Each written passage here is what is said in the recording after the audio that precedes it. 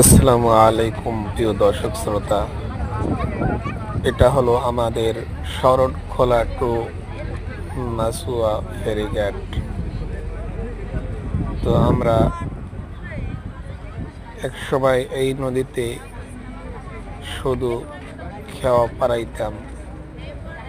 এখন আলহামদুলিল্লাহ সরকার ফেরির ব্যবস্থা করেছে, তো পাশাপাশি খেওয়াও আছে। তো যারা ফেরিতে যাবেন তাদের জন্য তো ভাড়া নাই, সেটা তো সবাই জানেন। ফেরিতে ভাড়া নেওয়া হয় না গাড়ির ভাড়া ব্যতীত। তো এখন শরণখোলা টু মাসুয়া